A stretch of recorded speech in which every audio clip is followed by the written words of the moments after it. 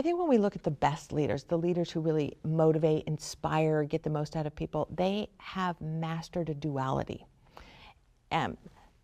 They've mastered putting two things together, not doing two things simultaneously, but creating two simultaneous conditions. First, they've created safety, emotional safety, intellectual safety, space where people can take risks, space where people have space to think, a space where people's individual genius is recognized and used. They've created a great place to work, a great climate. But they don't leave it there.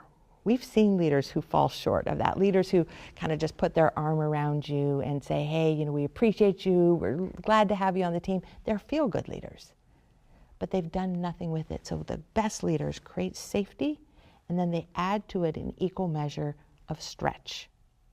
Because now that you are comfortable with me, now that we trust each other, I'm going to ask you to do hard things. We're so comfortable with each other that I'm comfortable asking you to be uncomfortable.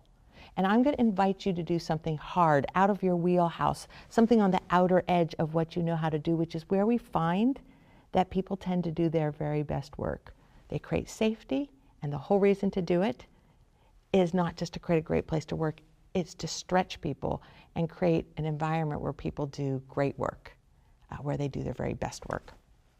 So let me give you one or two things that you can do to create safety, and one or two things that you can do to create more stretch. If you want to create more safety, probably the best thing you can do is define a sandbox, a playground where people can take risks. Because a lot of managers kind of spout off, oh, fail fast, fail early, we want you to innovate, but that doesn't actually make me any more innovative, and it doesn't make it any safer to innovate.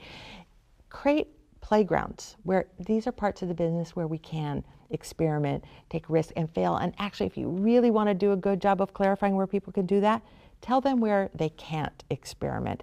That, I think, is the ultimate form of safety. Like, you know what, Liz, you can play around here, but don't screw up this part of the business. I now feel safe. Give me space to think. Maybe send out an agenda in advance of a meeting so people don't feel like they're going to be surprised.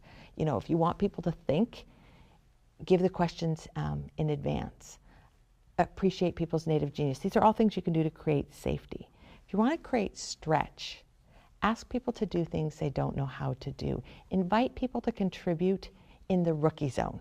Not when they're rookies right out of college, but keep everyone in your team in a rookie zone, meaning operating on the outer edge of what they know how to do. Ask people to solve problems they've never solved before.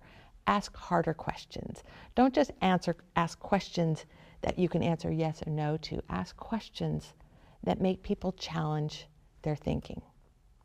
Get comfortable inviting other people to be uncomfortable.